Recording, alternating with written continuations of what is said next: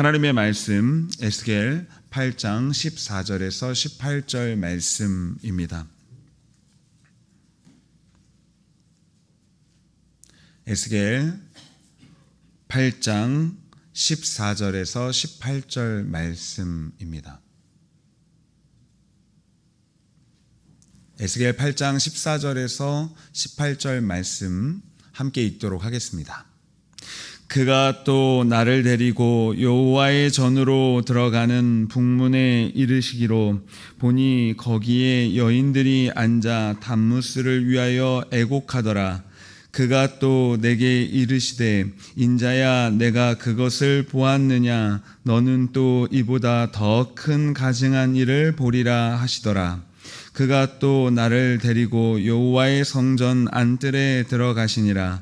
보라 여호와의 성전문 곧 현관과 제단 사이에서 약 25명이 여호와의 성전을 등지고 낯을 동쪽으로 향하여 동쪽 태양에 예배하더라. 또 내게 이르시되 인자야 내가 보았느냐 유다 족속이 여기에서 행한 가증한 일을 적다 하겠느냐. 그들이 그 땅을 폭행으로 채우고 또다시 내 노여움을 일으키며 심지어 나뭇가지를 그 코에 두었느니라. 그러므로 나도 분노로 갚아 불쌍히 여기지 아니하며 긍휼을 베풀지도 아니하리니 그들이 큰 소리로 내 귀에 부르짖을지라도 내가 듣지 아니하리라. 아멘. 성도 여러분, 에스겔 8장에서 하나님은 에스겔에게 예루살렘 성전 안에서 벌어지고 있는 일들을 보여주고 계십니다. 이 성전은 하나님을 예배하는 곳입니다. 그런데 그곳에 우상이 들어와 있습니다. 장로들은 은밀한 곳에서 우상에게 분향하고 있습니다. 그리고 오늘 본문에서는 더 충격적인 장면으로 이어집니다. 이 여인들은 담무스를 위하여 울고 있습니다. 성전 안뜰에서는 사람들이 여호와의 성전을 등지고 태양을 향하여 절하고 있었습니다. 그들은 성전 안에 있었던 것입니다. 그러나 그들의 마음과 얼굴은 하나님을 향하여 있지 않았습니다. 이 몸은 성전 안에 있었지만 실제로 바라보는 것은 다른 것이었다라고 하는 것입니다. 그렇다면 무엇을 바라보고 있었고 또 실제로 무엇을 의지하면서 있었는지 그 실체를 살펴보고자 합니다. 하나님께 등을 돌리면 다른 것도 붙들게 된다라고 하는 사실을 오늘 말씀에서 보여줍니다. 에스겔 8장 14절에서 말씀합니다. 그가 또 나를 데리고 여호와의 전으로 들어가는 북문에 이르시기로 보니 거기에 여인들이 앉아 담무스를 위하여 애곡하더라. 여러분, 여인들이 울고 있었습니다. 그런데 그 눈물이 하나님을 향한 눈물은 아니었습니다. 이 담무스를 위하여 애곡하더라 라고 말하는데, 담무스는 이 메소포타미아 지역에서 두무지 전승이라고 하는 것이 있습니다. 이 두무지라고 하는 신입니다. 근데 그의 죽음이나 또 그가 그 죽음으로 말미암아 이 땅이 없다는 그 사실을 애도하거나 슬퍼하거나 그렇게 하는 의식들이 있었던 것이죠. 그러면서 다시금 그가 돌아와 생명과 풍요가 다시 이 땅에 임하기를 기원하는 그런 종교적인 의식이 있었습니다. 그 결을 같이 해서 담무스라고 하는 우상을 위하여 애곡하는 종교적 행사가 있었던 것이죠. 그렇기 때문에 이 여인들의 눈물은 다른 것이 아니라 그 우상을 향한 갈망이 담겨져 있었다라고 하는 것입니다. 다시 이 땅에서 그 풍성해지는 그 기원을 담아서 다시금 이 땅에 내가 잘 먹고 잘 살기를 바라는 그 염원을 담아서 이 일을 행했다는 것이죠.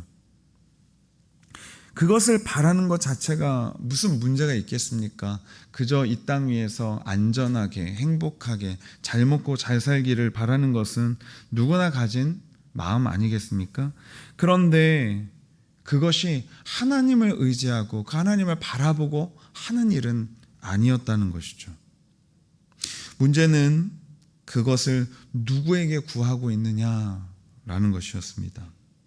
그들은 여호와의 성전에 있으면서도 그 생명과 그 풍요가 살아계신 하나님으로부터 온다는 생각을 안 했던 것입니다. 그리고 다른 신에게 그것을 구하고 있었습니다.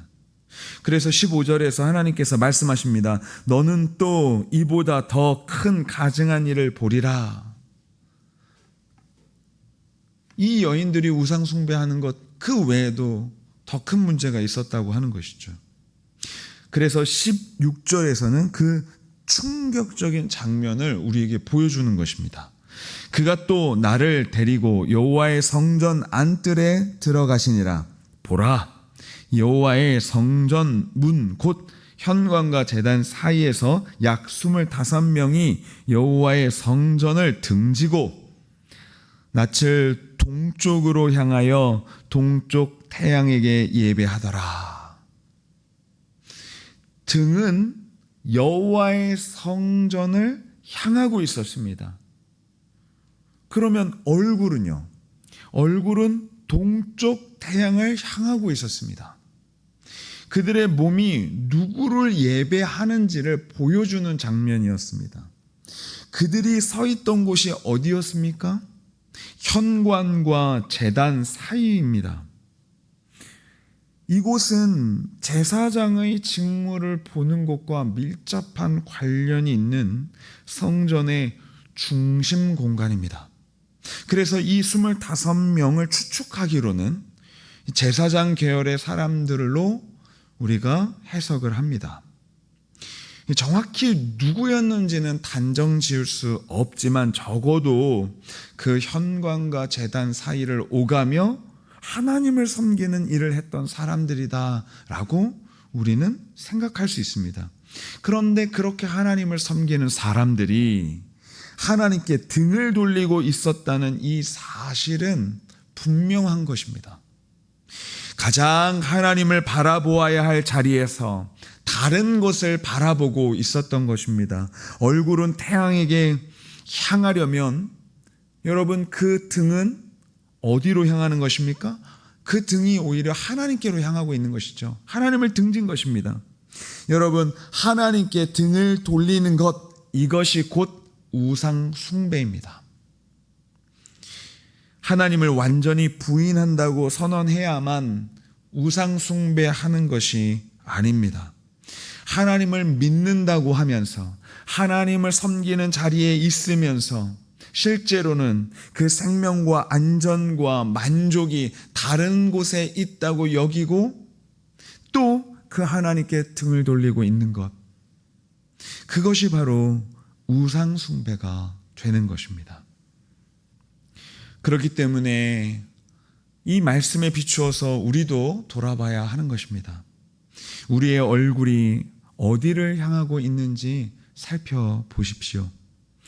하나님을 등지고 있는 것이 아닌 하나님을 바라보고 그 생명을 하나님께 구하고 우리의 만족과 소망도 하나님께 있음을 고백하는 것이 믿음의 사람입니다.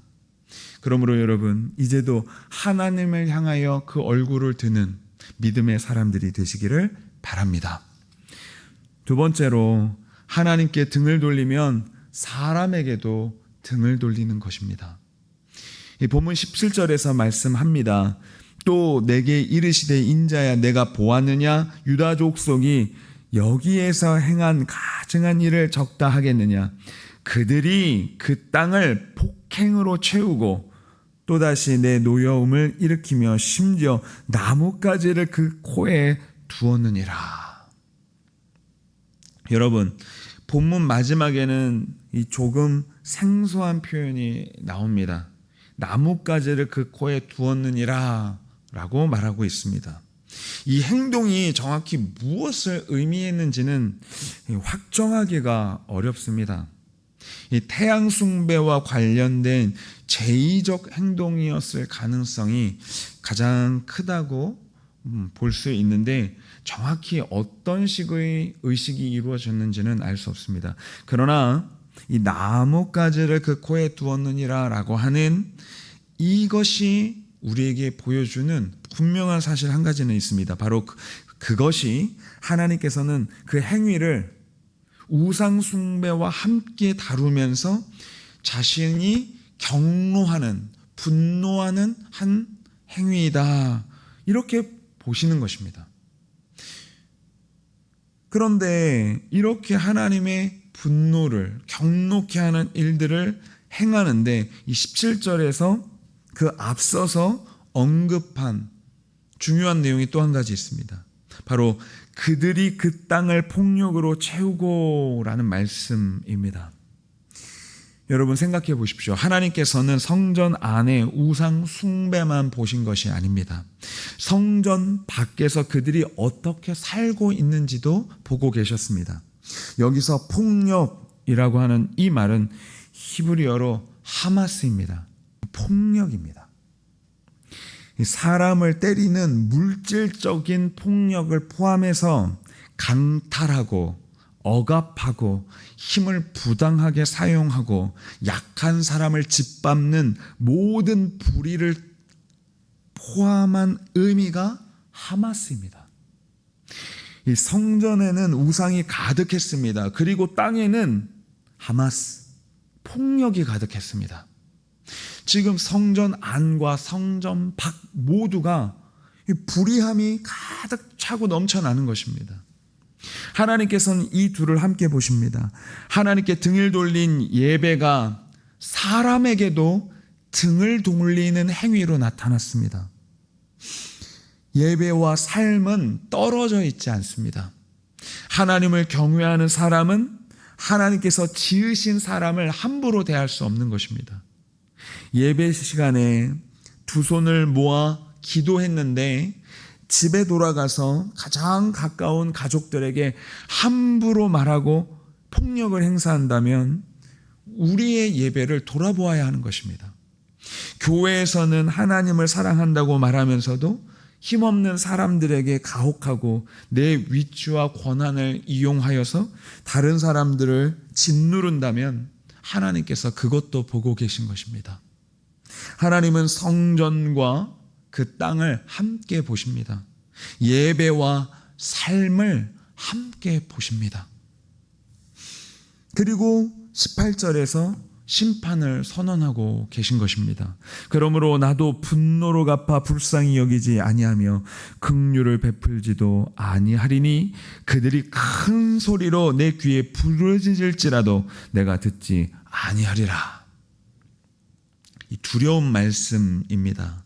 그들이 큰 소리로 내 귀에 부르짖을지라도 내가 듣지 아니하리라. 이 말씀은 죄인이 회개하며 하나님께 돌아와도 하나님께서 듣지 않겠다라고 말씀하는 것이 아닙니다.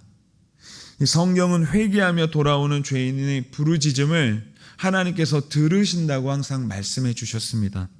그러나 이 본문의 말씀 18절에서는 이 부르짖음을 회개의 부르짖음으로 말하고 있지 않습니다. 이 백성은 하나님의 말씀을 반복해서 거역하고 있었습니다. 하나님께 등을 돌렸습니다. 땅을 폭력으로 채웠습니다. 그리고 마침내 하나님의 심판이 집행되는 때가 되었습니다. 그래서 본문에는 두 종류의 부르짖음, 두 종류의 울음이 보여집니다. 14절에서는 무엇을 위하여 울었습니까? 단무스를 위하여 울었습니다. 18절에서는 심판 가운데서 하나님께 큰 소리로 부르짖는 것입니다. 눈물도 있고 부르짖음도 있었습니다. 그러나 하나님께서 찾으시는 것은 단지 크게 하나님 앞에 부르짖는 그 모습만 있는 것이 아닙니다. 하나님께 돌아오는 것을 원하십니다. 회개는 슬퍼하고 눈물을 흘리는 데서 끝나는 것이 아니라 자신의 인생의 방향을 바꾸어서 하나님께 나아오는 모습까지 포함하고 있는 것입니다. 그렇기 때문에 이 등을 돌렸던 사람들, 하나님께 다시 얼굴을 돌리어서 그 하나님을 바라보는 것이 필요한 것입니다. 하나님보다 더 의지했던 것들을 내려놓는 것이 필요합니다. 그리고 불의하게 사람을 대하는 이 하마스 폭력적인 사람들도 그 삶을 돌이켜 그 사람들에게 하나님의 뜻대로 선대하는 것이 필요한 것입니다. 그러므로 우리는 이 하나님의 말씀을 들을 수 있는 바로 지금 이때에 하나님께 돌아서야 합니다. 하나님께 우리의 등이 아닌 얼굴을 보여드려야 합니다. 그런데 우리는 스스로 우리의 마음과 우리의 삶을 돌이켜 하나님 앞에 나아갈 수가 없는 죄인입니다.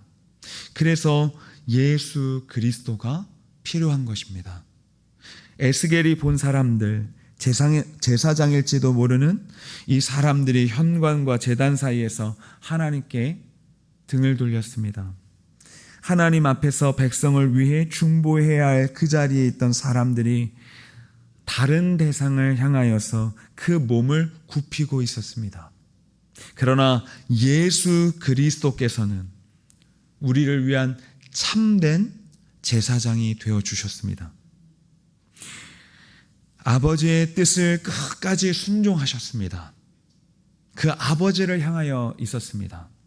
십자가에서 하나님께 등 돌린 죄인들을 위하여서 하나님을 향하여 우리의 모든 심판을 대신 담당하셨습니다. 그리고 부활하여 하나님의 우편에 지금도 우리를 위하여 간구하십니다. 성령께서는 우리의 마음을 새롭게 하셔서 다시 살아계신 그 하나님을 향하여 우리의 얼굴을 들도록 만들어 주셨습니다. 그러므로 그리스도를 의지하여서 돌아서야 합니다. 우리의 얼굴을 다시 하나님을 향해 들어야 합니다. 사랑하는 성도 여러분, 신앙에서 중요한 것은 내 얼굴과 마음이 실제로 어디를 향하고 있는가입니다. 성전 안에 있으면서도 하나님께 등 돌릴 수 있습니다. 예배의 자리에 있으면서도 하나님보다 더 많은 것들을 의지하며 그것을 품고 살아갈 수도 있습니다. 오늘 이 새벽 우리의 마음의 방향을 살펴보았으면 좋겠습니다. 다른 것을 더 붙들고 있다면 우리를 위하여 지금도 간구하시는 예수 그리스도를 의지하여 다시 하나님께 얼굴을 돌리시기 바랍니다. 살아계신 하나님만을 바라보며 살아가는 저와 여러분 되기를 축원합니다. 다 함께 기도하시겠습니다. 살아서 역사하시는 하나님 아버지, 몸만 예배의 자리에 있는 사람이 아니라 그 마음과 얼굴이 온전히 주님을 향하는 예배자가 되게 하여 주시옵소서. 하나님보다 더 붙들고 있는 것들을 이 시간 다 내려놓게 하여 주시옵소서. 우리의 예배가 사람을 사랑하고 하나님을 섬기는 삶으로 나타나게 하여 주시옵소서. 오직 예수 그리스도의 이름으로 기도드리옵나이다. 아멘. 하늘에 계신 우리 아버지여, 이름이 거룩히 여김을 받으시오며 나라가 임하시오며 뜻이 하늘에서 이루어진 것 같이 땅에서도 이루어지이다. 오늘 우리에게 일용할 양식을 주시옵고 우리가 우리에게 죄 지은 자를 사하여 준 것 같이 우리 죄를 사하여 주시옵고 우리를 시험에 들게 하지 마시옵고 다만 악에서 구하시옵소서. 나라와 권세와 영광이 아버지께 영원히 있사옵나이다. 아멘.